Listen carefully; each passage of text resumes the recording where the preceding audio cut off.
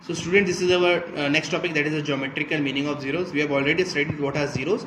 Zeros are the values of the x or the other variable at which the polynomial will become zero. But geometrically, how we can define these zeros? Let's see, right?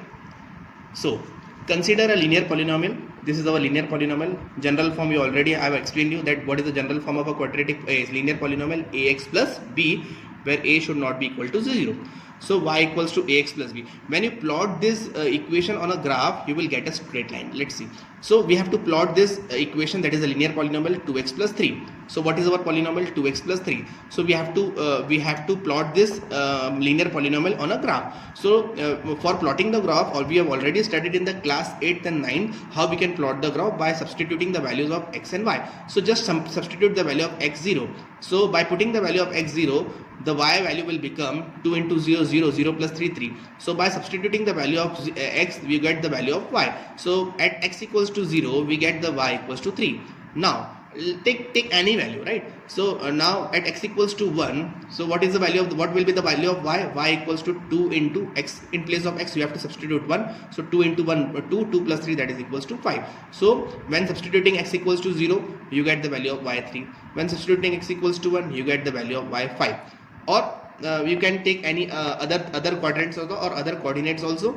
So two values are sufficient. So what is the first coordinate? 0, 3, and what is the second coordinate? 1, 5. So you have to plot this 0, 3 and 1, 5 on the graph. So this is the graph. What is the first coordinate? 0, 3. 0, 3, it will come here, 0, 3.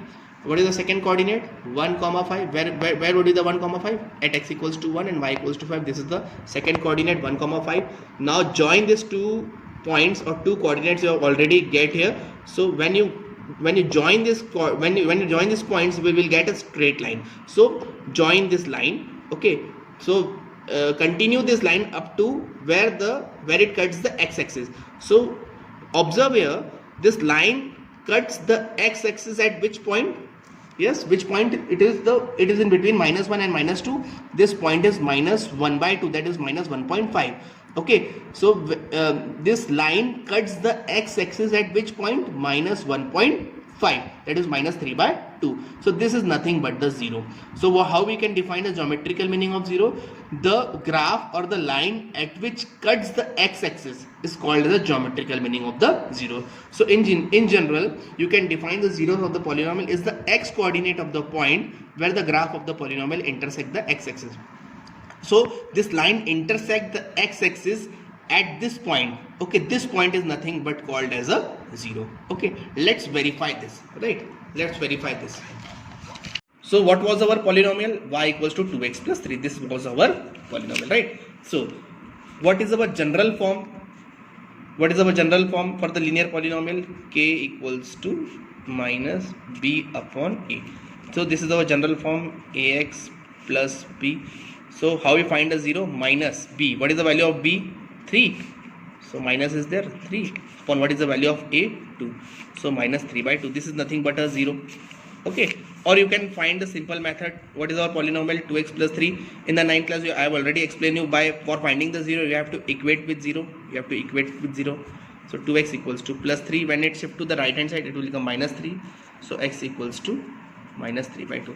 This is our 0. Okay, so by our normal method you can find the 0, or by the graphical method you can also find the 0. So how we can define a geometrical meaning of the 0? The line which intersect at the x-axis, that point is called as a geometrical meaning of the zeros. So we have already solved the 0 using our normal method. The answer was minus 3/2. Here also the answer is minus 3/2. Okay, this is all about the linear polynomial. Let's talk about the quadratic polynomial. This is the general form of the quadratic polynomial, ax square plus bx plus c, where a should not be equal to 0. So let's take an example, x square minus 3x minus 4. When you factorize this polynomial, you get the value of x equals to -1 and x equals to 4. Okay, so we will get the two values because the degree is 2. So by factorization we get the value of x equals to -1 and 4. So when you plot this equation on a graph, you will get this type of graph. Okay, so here the graph intersects the x-axis at x equals to -1 and x equals to 4. So students, the graph is intersecting the x-axis at how many points? Observe here how many points? 1 point and 2 point. So what you can conclude? You can conclude that for a quadratic polynomial, the graph intersects the x-axis at 2 points. Okay, for a linear polynomial, the graph was intersecting. See here, the graph was intersecting the x-axis at how many points? 1 point.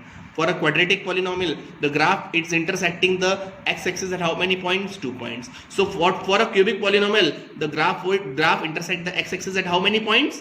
3 points. Okay, so based on the degree, the graph intersects the x-axis at different points, right? So here the graph intersects the x-axis at -1 and 4. So -1 and 4 are the zeros of the polynomial. So zeros of the polynomial is the x coordinate of the point where the graph intersects the x-axis. So what is the geometrical meaning of the zero? Geometrical meaning of the zeros is that point at which the graph intersects the x-axis.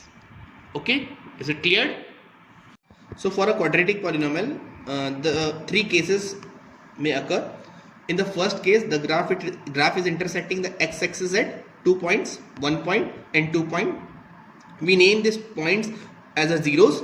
Okay, this is the first zero, name it as a alpha. This is the second zero, name it as a beta. This is the first case, normal case. In the second case, the graph is intersecting the x-axis at only 1 point. Maybe the graph never intersects the x-axis. Okay, here the graph is not intersecting the x-axis. So here the zeros are not there. Okay, so zeros are there when the graph intersects at the x-axis. So if the graph is not intersecting at the x-axis, it means that the zeros are not present here. So how many zeros are present? 2 zeros are present.